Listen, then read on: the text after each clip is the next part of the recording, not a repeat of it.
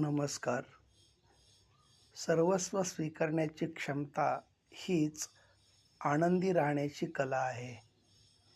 जीवनात आपला कोणीही कितीही तिरस्कार केला तरी आपण आपला चांगुलपणा सोडू नये.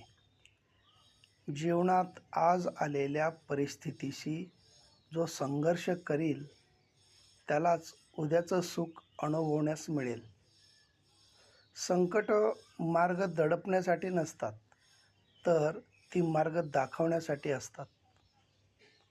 चांगली माणसं शोधत बसण्यापेक्षा प्रत्येक माणसातला चांगुलपणा शोधावा. आपण बऱ्याचदा म्हणतो, माझ्याकडून आजपर्यंत खूप चुका झाल्या.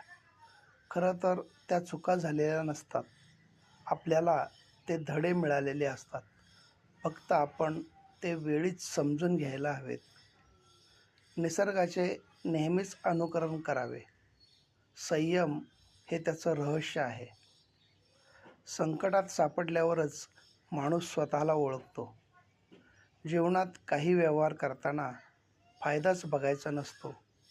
आपल्यामुळं इतरांना भेटलेला आनंदही बघायचा असतो.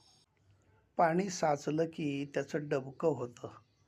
वाहत्या पाण्याला पुढे जाण्याचा मार्ग सापडतो. सतत प्रयत्न करणाऱ्याला यश मिळतंच, परंतु वेळ काढूपणा करणाऱ्या आळशी माणसाला ते कधीच मिळत नाही. आशा आणि विश्वास कधीही चुकीचे नसतात. फक्त आपल्याला ठरवायला लागतं की आशा कोणाकडून करायची आणि विश्वास कोणावर ठेवायचा. धन्यवाद.